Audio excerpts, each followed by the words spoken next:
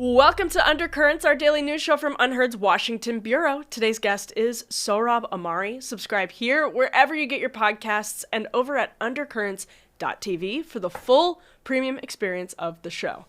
Meta CEO Mark Zuckerberg unexpectedly rocked the political world on Tuesday morning.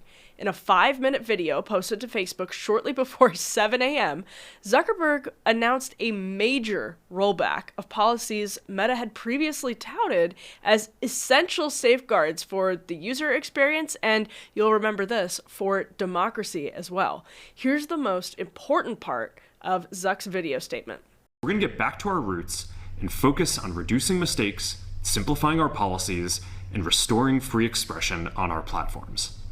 More specifically, we're going to get rid of fact-checkers and replace them with community notes, similar to X, starting in the US. In an unusual move, Zuckerberg there directly cited Elon Musk's approach on X, flat out saying they're going to adopt the community notes model on Meta, which allows users to weigh in on the legitimacy of content rather than professional fact-checkers in the media who have a long and undeniable record of leaning left and using their powers to disproportionately hobble the right. It goes against the establishment left sometimes as well. And, actually some observers here have even openly argued for more of this suppression and said Zuckerberg doesn't do enough. So his video statement was accompanied by a post on the Meta website from Joel Kaplan, a Republican lobbyist, longtime lobbyist, who just replaced Nick Clegg, who had previously been the face of a lot of these policies, these speech policies, when he was the company's global affairs chief. Now it's Kaplan. Kaplan did not merely admit defeat, he mounted a substantive argument against Meta's previous policies yesterday, going so far as to call them censorious, as many speech proponents have called them for years. Quote, "Over time, we ended up with too much content being fact-checked that people would understand to be legitimate political speech and debate," he wrote. "Our system then attached real consequences in the form of intrusive labels and reduced distribution. A program intended to inform too often became a tool to censor." But you were crazy, of course, if you said that a few years ago. Kaplan also said yesterday, quote, "We want to undo the mission creep that has made our rules too restrictive and too prone to over-enforcement. We're getting rid of a number of restrictions on topics like immigration, gender identity, and gender that are the subject of frequent political discourse and debate. It's not right that things can be said on TV, on the floor of Congress, but not on our platforms." After the election, Zuckerberg has flown to Mar-a-Lago, swapped out his global public affairs chief for a Republican, donated $1 million to Trump's inaugural fund, added Dana White, a Trump ally, to the Meta board, and now not only owned up to censorship, but also directly adopted the famous approach of one of Trump's top advisors, his fellow billionaire, Elon Musk. Zuckerberg's announcement, which came on January 7th, just as the country certified the 2024 election and revisited the January 6th riot, that really puts this pivot into stark perspective.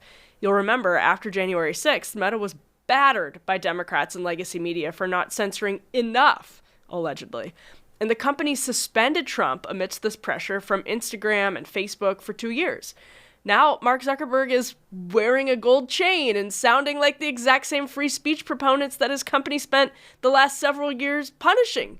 So what the hell happened? Is this sincere? What does it mean about arguably the central question of our generation? How politics and culture is being litigated through private digital platforms? What does it mean about how Trump will govern now that the oligarchs seem to be, at least publicly and at least somewhat, on his side? A previous guest on the show has some direct and historically significant experience with Meta's long failed experiment with third-party fact-checkers. We're also happy to say he's now part of our team here at Unheard. Sohrab Ahmari is our new U.S. editor. He wrote in Unheard on Tuesday about his own experience at the New York Post when Meta decided, we now know with some less than subtle prodding by the FBI, to suppress the Post's Hunter Biden laptop bombshell in October 2020. So on Meta's decision yesterday, he writes, "Does this mean we are about to enter a new golden age of free speech and inquiry on social media? Probably not. A handful of oligarchs and their managerial underlings still controlled the digital public square. Unfortunately, having fought pandemic-era censorship, too many conservatives have lost interest in reining in this vast private power now that, quote, one of their own is in charge of one of the platforms. That's a great point. Sohrab Ahmari, thank you so much for joining us. And of course, welcome to the team. Yeah, it's good to be back this time as an unheard staffer. So good to be with you. We're so excited to have you on the team. And part of it is because you actually have so much experience with seeing the machine kind of up close and personal. And that's what we're here to talk about. If you could maybe just even elaborate on the story you wrote today for Unheard about how you encountered Meta's now infamous and now vanished third-party fact-checkers when you were at the New York Post. First, there was the Hunter Biden laptop story. Not first, but, most high profile. There was a Hunter Biden laptop story. But you also had other experiences. So could you walk us through just a little bit of what you saw up close? First of all, everyone thinks of the Hunter Biden laptop story as a censorship act by Twitter, now X, which it was. But most people forget that before Twitter censored the story, Facebook did it first. It was handed down by this communications staffer for Facebook named Andy Stone, who put out a statement saying, I'm only slightly paraphrasing, like, I won't link that awful New York Post story about Hunter Biden. Needless to say, we're aware of it, and we are reducing circulation on it pending fact checking. So algorithmically, they're going to make it less accessible, less prominent in people's feeds, even though it was exploding on the day it was published, October 14, 2020, which feels like a lifetime ago. So he said that. Now, bear in mind, Andy Stone, before he became a Facebook communications official, was a staffer for Senator Barbara Boxer, Democrat of California, and Democratic Congressional Campaign Committee. So it just had this sort of naked appearance of partisan censorship, especially when you keep in mind that over the previous 4 years, which was the first Trump term, there had been numerous stories, anti-Trump stories, that had collapsed under factual scrutiny, and Facebook never took such action. It didn't reduce circulation on them. You can still find them. And those stories, by the way, all proved to be really false, like the idea that Trump had suborned his then lawyer, Michael Cohen, to commit perjury before Congress, which was a BuzzFeed story, or the PP tape story. All this stuff none of that was fact-checked in that way, and certainly wasn't banned pending fact-checking, but Facebook did it in this case. So anyway, the point is that was the case most people remember as Hunter Biden, but I experienced it, and I was at the New York Post at the time when the Hunter Biden laptop story came out. I was not part of the reporting team. I was on the opinion side, but I was familiar with Meta's tactics because I'd run into the sort of sharp end of the so-called fact-checking system earlier. So for example, in February of 2020, so this is in the early days of the pandemic, actually maybe just before the pandemic really made landfall in the United States, when it was still a Chinese story primarily, I published an op-ed at the New York Post by a gentleman named Stephen Mosher, who is a China expert. He's an author. He's a critic of the Chinese regime. And basically the upshot of the story was, hey, we should be skeptical of the idea that COVID, this new virus, the novel coronavirus, as we called it back then, had originated in a Wuhan wet market. Why? Because it just so happens that there's only one lab in China that is used to store and study advanced coronaviruses, and it happens to be in the same town that's at the epicenter of the pandemic. So he didn't definitively say it must have leaked from a lab. The piece just says, look, we should be skeptical. We should ask questions. And Facebook banned that story. And what happened was there would be an alert called false information alert on the link if you posted it. And your friends could not click through to the underlying New York Post link, nor could they share it. The structure of the third-party fact-checking organization that Facebook assembled after getting a lot of pressure is also really interesting. I'm curious if you ever had this experience. I would see this at the Federalist from time to time. You would go through a fact check, and they're all so subjective. Even the good fact checks are so subjective because we're all subjective beings, and you're it's very, very hard to take your personal bias out of a fact check, which is why the self-appointed fact checkers who aren't transparent about their personal biases is really, really difficult to place that level of trust that Zuckerberg put in them. But you would go through some of these fact checks, get to the bottom of them, and realize that it was a really complicated policy fact check or religion fact check done by a 22-year-old USA Today intern or fellow or something like that. And they were exerting like enormous power over the discourse.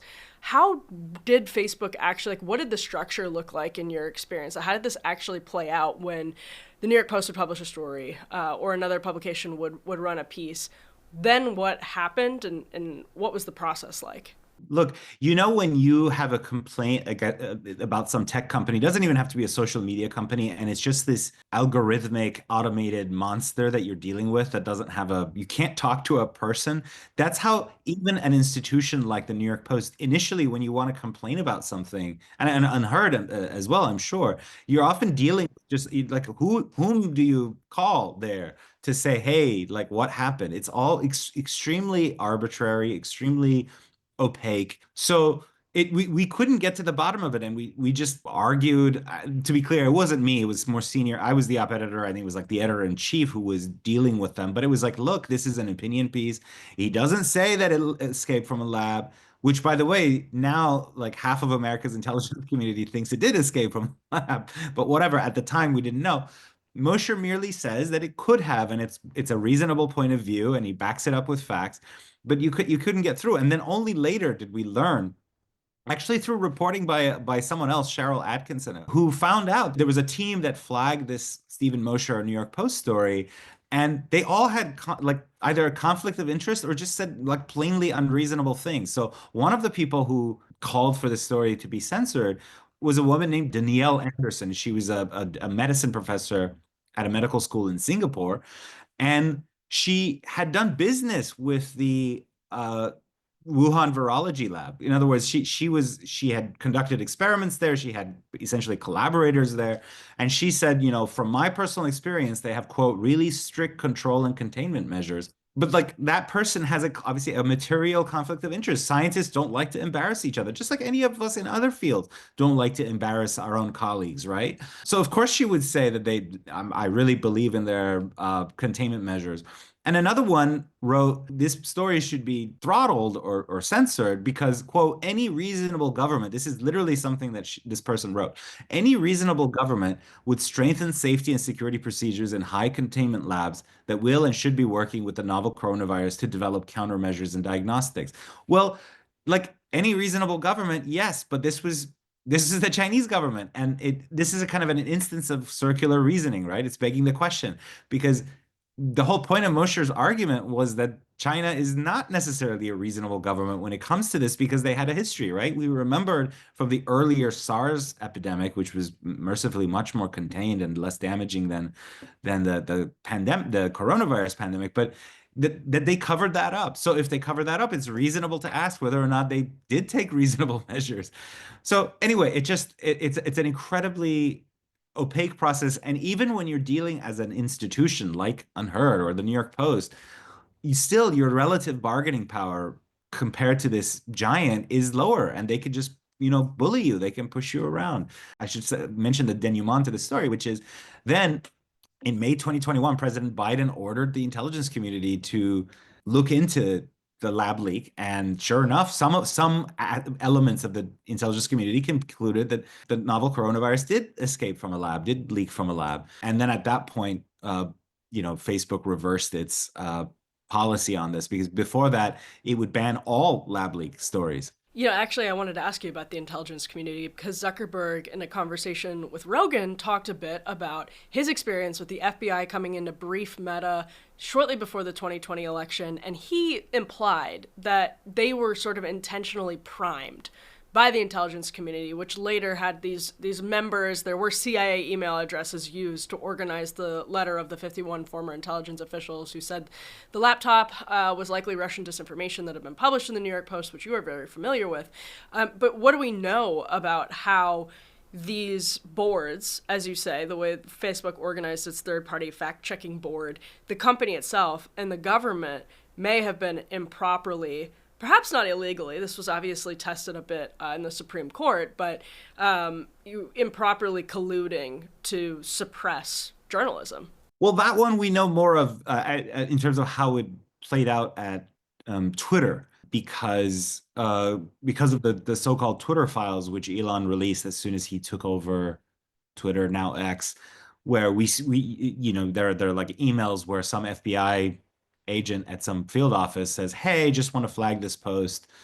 Could you please basically censor it?" You're right. It was tested, but to me that at that point when the government essentially is commandeering a private entity, Totally. that seems such a clear First Amendment violation to me. And this was quite common. I mean, both in that overt way where an FBI agent or some other member of the government would contact the social media platforms, or in the case of others where someone who is technically a staffer at Facebook, but like is a former spook. And I'm sorry, but like as the cliche goes, like once a spook, always a spook. Like I don't know. It's just we just entered some really creepy territory over the past, especially during that kind of febrile pandemic 2020, 2021 era, didn't we? Well, I couldn't agree more, and it's one of the things that, to the extent people are cheering on Mark Zuckerberg now on the right, and even in, non-ideological or non-right free speech circles, I mean, sure, cheer people on when they do something good. At the same time, though, I think there's an enormous question about the sincerity of Mark Zuckerberg's approach here, and even Elon Musk's approach here. Mark Zuckerberg has given $1 million to the inaugural fund.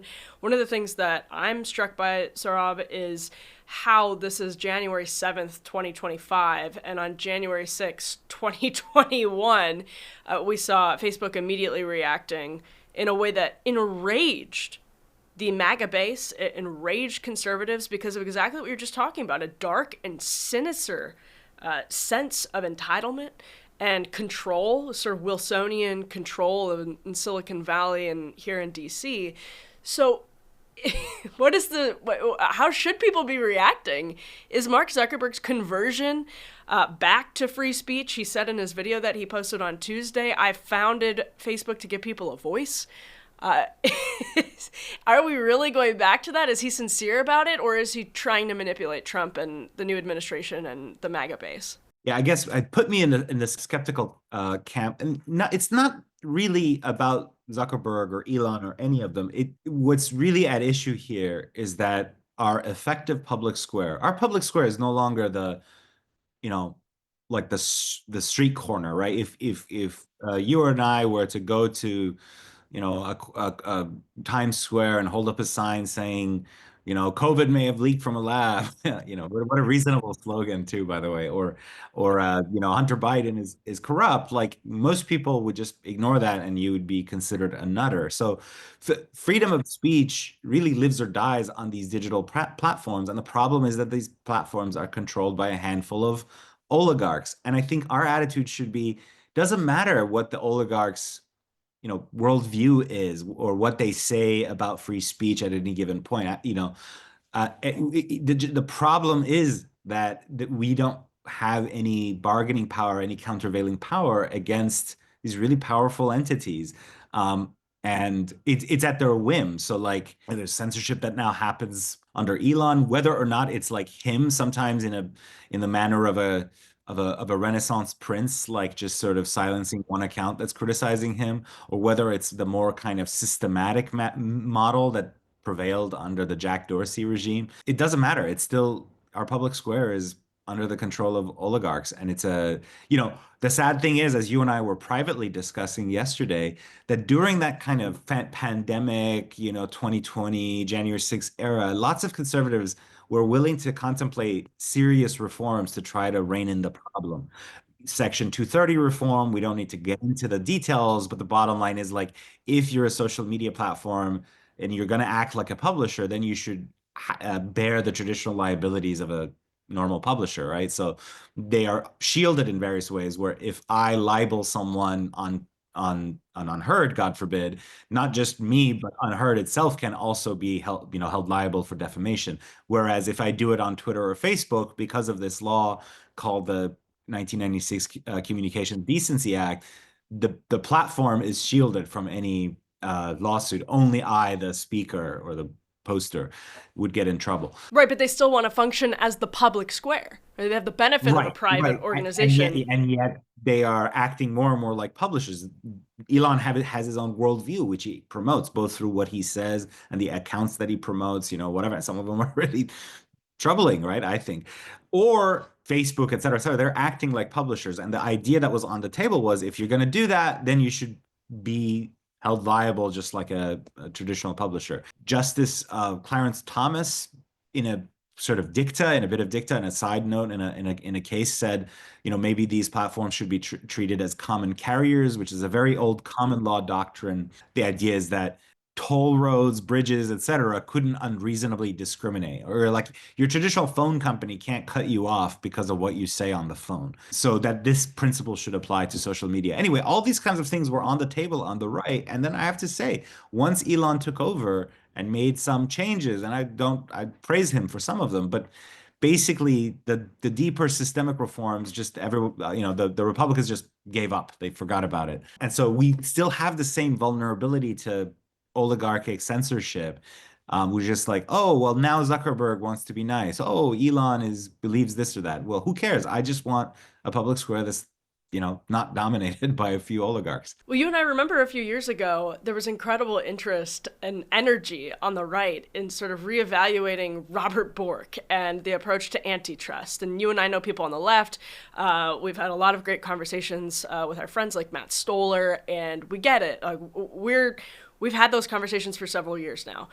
Now, you and I also know some people who will be going into the incoming administration, and the question of Zuckerberg's sincerity is very much on the table when you look at a guy like Brendan Carr, who has been dead serious about talking about antitrust, about talking about big tech as a big business that may be running afoul of some of our sort of conservative understandings of what the relationship between government and big business, should be. So is Zuckerberg, do you think, actually going to blunt the threat from people like Brendan Carr, even people that might be in more middle management positions who had previously been on the right and been really upset about what happened to Parler after January 6th, what happened to Trump's digital accounts after January 6th? Do you think he's successfully sort of tricking people, soothing people into giving him favors in return? Or do you think there's a possibility that things like 230 reform and other crackdowns on these big tech companies really happen? I don't know, but what is clear to me is that these people, I mean, Zuck is smart, right? And he just read the mood, and he, ousted his global policy guy, Nick Clegg, the British Liberal Democrat leader, and installed a Republican as his global policy chief at Meta. That's a clear sign, kind of like, hey, I'm going to be good now. And again, I think the answer from conservative antitrust types and social media reform types should be that's not good enough. That's not a systemic solution to what is a systemic problem. This is a political problem. It should not turn on the whims or the favor of any one man, including Elon, right, who is helping pay for the inauguration and et cetera, et cetera. It shouldn't turn on their whims if we are really serious about reform. Now, they are, Zuckerberg went down to Mar-a-Lago. Elon's been basically living in Palm Beach across from Mar-a-Lago, according to reporting, but he's always there, so we know that much is absolutely true. So there's this, I guess, convergence on Palm Beach of tech people who are hoping to get in good with the Trump administration, as we've talked about. So in that sense, is Zuckerberg ultimately, is his decision here with Facebook, is there a big picture perspective from which this could actually be bad because it lulls people into a sense of a false sense of security with big tech that, if there's a Democratic president in a few years, Zuckerberg does what he just did? Because this is sort of what I wanted to ask you about, Sohrab. You remember how passionate Facebook, Nick Clegg, Meta was, the executives, Sheryl Sandberg were, when Hillary Clinton and the like were furious about Russian interference in 2016, 2017, 2018, and reacted. And they talked about how they were saving democracy, and they were applauded about all of that. So is it in a sense possible that he just lulled conservatives in a total false sense of security in a way that allows him to ultimately just continue his influence, just in a way that makes profit for him, even if it takes power away from the right or harms the right. I totally think that that's the case. And that, by the way, the threat isn't just censorship. We have other issues to big tech. We have issues, for example, having to do with the use of very addictive technologies that are developed in conjunction with neuroscientists that get kids addicted, that promote pornography, eating disorder contents to girls, suicide content to young women, et cetera, et cetera. Those are issues, by the way, where we're reaching at the state level all sorts of interesting solutions. So there's a piece of legislation enacted in New York State that in various ways, like social media cannot use like certain kind of algorithmic tricks to get kids to keep scrolling, infinite scrolling, et cetera, or the time amount kids can use, et cetera, et cetera. By the way, some of those, I told my wife, it's like, here are the ways that the state government is trying to like protect kids from social media addiction. She was like, I wish it was for adults too. Like it would help me, And those similar legislation is now being taken up in a completely red state like Kansas, et cetera, et cetera. And so my fear is that this sort of proximity to the right, or this sort of apparently trying to appease the right, will lower the energy around these reform conversations that need to be had, whether it's at the national level with censorship, or whether it's just at the state level with children's addiction to social media, or how they are exposed to, anti-Semitic content, really sort of violent forms of pornography, et cetera, et cetera. All of that was being negotiated at the state level with reformers and stuff. Are we going to continue to see that, or is the signal going to go that like we're fine now because they did some cosmetic things? Right. What is a Trump ally like Ken Paxton? Where does he spend his time? Hypothetically, if this had already happened before he filed his famous suit, what would happen then? These are all very good and disturbing questions, I'm afraid, Sohrab, because it has to come down to the principle of whether, or to the question of whether Mark Zuckerberg's principle is actually free speech, is actually the First Amendment, or if his principle is what's good for Meta. What does he care about more? And I think we have really good reason to think that it's Meta. Absolutely. Sohrab Ahmari, thank you so much for joining. Can't wait to have you on more and more now that you're part of the team. We appreciate it. Likewise. Thank you. Thank you so much for tuning into today's edition of Undercurrents. Make sure to subscribe here on the channel, subscribe wherever you download your podcasts, and of course over at undercurrents.tv for the full premium experience of the show. I think Sohrab made a really important point about the platforms being addictive and having problems that actually even go beyond censorship. We have exported a lot of the public square into the digital public square, but it's not public, it's private. So we have now, at least they abide by private laws. They get shielded by private laws in the case of 230, or laws for private companies, as Sohrab pointed out, things like Section 230. And so with that exporting, it also means that what we've done is taken a chunk of this discourse and gamified it, right? Put it on platforms that are used like slot machines. And to me, anybody having control of such a wide swath of the conversation, it's hard to measure what proportion of political speech or speech in general now happens on Instagram and Facebook and Twitter individually. So what does Meta control? What does X control? We know that X wants more and more control. We know that Elon Musk now wants to make it into a network, essentially where you air content, sort of like traditional television content. You can also do some type of monetization on the platform, all of that. He has grand plans for X. And conservatives argued throughout the throughout the Biden administration that it was unhealthy for one private individual to have that level of control. And I mean, it's, I suppose, just on the principle of free speech, great that Mark Zuckerberg seems to be reading the vibe. But that can easily go the other direction when the control is still with one person, fundamentally. And so conservatives who saw that problem over the course of the Biden administration should know that the same principle extends. So lots more to cover on this front, and we will certainly be covering it here at Undercurrent. So stay tuned. We will be back soon with more.